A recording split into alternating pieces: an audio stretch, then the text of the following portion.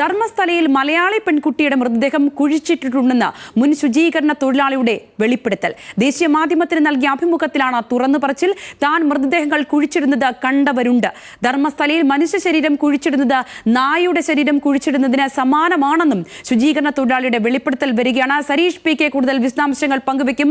സരീഷ്, നമ്മൾ ഇതുവരെ കേട്ടതിലും അതീവ നിർണായകമായ ഒരു ഘട്ടത്തിലുള്ള ഒരു വെളിപ്പെടുത്തൽ, മലയാളി പെൺകുട്ടിയുടെ മൃതദേഹം കുഴിച്ചിട്ടിട്ടുണ്ട് എന്നുള്ള വെളിപ്പെടുത്തൽ കൂടി വരുന്നു. അതിന് നിദാനമായിട്ടുള്ള കാര്യങ്ങളൊന്നും കണ്ടെത്താൻ ഇതുവരെ കഴിഞ്ഞിട്ടില്ല അന്വേഷണ സംഘത്തിന് എന്ന് നിൽക്കെ തന്നെ വെളിപ്പെടുത്തലിന് മൂർച്ചയേറുന്നുണ്ട്. എന്താണ് സരീഷ് പറയാൻ കഴിയുന്നത്?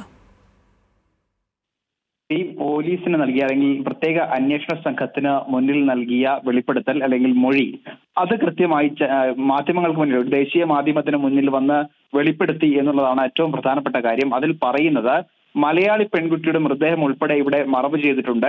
ഈ കേരളത്തിൽ നിന്നും മറ്റ് സംസ്ഥാനങ്ങളിൽ നിന്നും ഒക്കെ തൊഴാനായി ആളുകൾ എത്താറുണ്ട്, ഹണിമൂണിനായി ആളുകൾ എത്താറുണ്ട്. അത്തരത്തിൽ ആളുകൾ ലോഡ്ജിൽ താമസിക്കാറുണ്ട്. അങ്ങനെ ലോഡ്ജിൽ താമസിക്കുന്ന പെൺകുട്ടികളെ കൊലപ്പെടുത്തി അല്ലെങ്കിൽ മൃഗീയമായി റേപ്പ് ചെയ്ത് കൊലപ്പെടുത്തിയ ശേഷം ഈ കാട്ടിലേക്ക് എത്തിക്കാറുണ്ട്. അത്തരത്തിൽ മലയാളികളുടേത് ഉൾപ്പെടെയുള്ള മൃതദേഹങ്ങൾ താൻ കുഴിച്ചിട്ടിട്ടുണ്ട് എന്നാണ് ഇപ്പോൾ ഒരു ദേശീയ മാധ്യമത്തിന് നൽകിയ അഭിമുഖത്തിൽ അദ്ദേഹം വെളിപ്പെടുത്തുന്നത്. അതോടൊപ്പം തന്നെ ഈ കാട് കേന്ദ്രീകരിച്ചാണ് കൂടുതലായി മൃതദേഹങ്ങൾ കുഴിച്ചിട്ടുള്ളത്.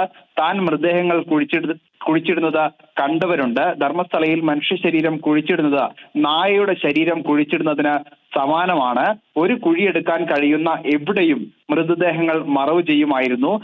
ഇത്തരത്തിൽ പല സ്ഥലങ്ങളിലായി മൃതദേഹങ്ങൾ മറവ് ചെയ്തിട്ടുണ്ട്. പക്ഷേ ഇപ്പോൾ അതൊന്നും കൃത്യമായി ലഭിച്ചിട്ടില്ല. അതിന് കാരണമായി അദ്ദേഹം പറയുന്നത് ഭൂപ്രകൃതിയിൽ വലിയ മാറ്റങ്ങൾ ഉണ്ടായിട്ടുണ്ട്. 4 അടി ഉയരത്തിൽ കല്ലുകൾ മണ്ണിട്ട് അല്ലെങ്കിൽ കല്ലുകൾ ഉണ്ടാവുകയും മണ്ണിട്ട് പല സ്ഥലങ്ങളും ഉയർത്തുകയും ചെയ്തിട്ടുണ്ട്.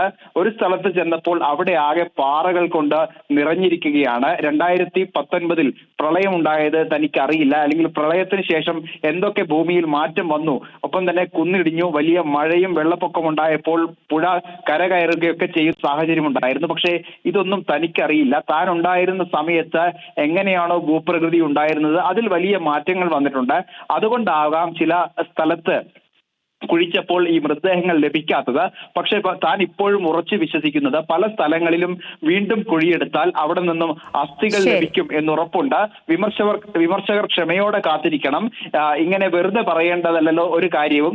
താൻ സരീഷ്, എന്താണെങ്കിലും അവിടെ നിന്ന് കാര്യമായ തെളിവുകളൊന്നും ലഭിച്ചിട്ടില്ലെങ്കിലും ഒരു ദുരൂഹമായ ഒരു സ്ഥലമായി, ആ ദുരൂഹമായ കാര്യങ്ങളായി ആ വെളിപ്പെടുത്തലുകൾ ഓരോന്നും അവശേഷിക്കുകയാണ്. സരീഷ് പി ക്കാണ് വിവരങ്ങൾ പങ്കുവച്ചത്.